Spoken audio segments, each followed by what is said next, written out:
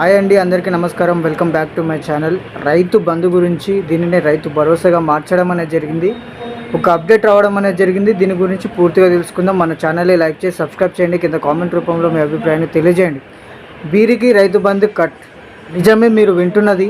రాష్ట్ర ప్రభుత్వము, ఇదే కాంగ్రెస్ ప్రభుత్వము కొన్ని షరతులను పెట్టడం అనేది జరిగింది. రైతు బంధు కోసం రైతులు ఎదురు చూస్తున్నారు. అయితే ఇలాంటి సమయాల్లో కాంగ్రెస్ ప్రభుత్వం ఒక షాకింగ్ న్యూస్ ఇవ్వడం అనేది జరిగింది రైతులకి. చాలామందికి రైతు బంధు కట్ అయ్యేటువంటి అవకాశం కనిపిస్తుంది. అంటే వారికి రైతు బంధు రాదనే అర్థము. అందులో ముఖ్యంగా ప్రభుత్వ ఉద్యోగులకి, ఐటీ చెల్లింపుదారులకి, ప్రజాప్రతినిధులకి, బీడు భూములు ఉన్నటువంటి వారికి, రియల్ వెంచర్లకి, ప్రజాప్రతినిధులకి, సర్పంచ్ నుంచి సీఎం వరకు ఎవరైతే ఉంటారో అలాంటి వారికి, కాంపౌండర్ నుంచి కలెక్టర్ వారు ఎవరైతే ఉంటారో అలాంటి వారికి, అంటే టీచర్లకు కూడా ఇది వర్తించడం అనేది జరుగుతుంది. అదేవిధంగా రియల్ ఎస్టేటు చేయడానికి ఏవైతే వెంచర్లు ఏర్పాటు చేసి ఉంచుతారో అలాంటి భూములకు కూడా మీకు రైతు బంధు రాదు. గుట్టలు ఉన్నటువంటి దానికి కూడా రైతు బంధు రాదు. దీని గురించి ఇంకో 10 రోజుల్లో సర్వే పూర్తి చేసి ప్రజల ముందుకు తీసుకొస్తామని చెప్పారు.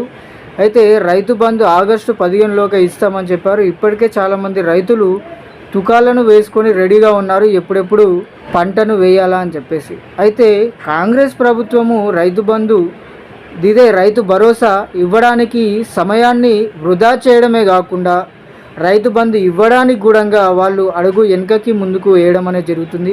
మరి 2 లక్షల రుణమాఫీ చేస్తామని చెప్పారు. 31,000 కోట్లకే దానిని ఆపేశారు. సగం మందికిలో కూడా 25% మందికి కూడా రుణమాఫీ అనేది కాదు. చాలా వరకు ఇది ఒక మోసమే అని చెప్పుకోవచ్చు. కానీ రాష్ట్ర ప్రభుత్వం మాత్రం కాంగ్రెస్కి ఒక కిరీటాన్ని అంటకట్టడం అనేది జరిగింది. మరి ఇది తెలంగాణ ప్రజలకే తెలియాలి ఈ విషయం గురించి. రైతు భరోసా పరిస్థితి అయితే 14,000 రూపాయలు ఎకరానికి రావడం అనేది జరుగుతున్నది ఏడాదికి కలిపి.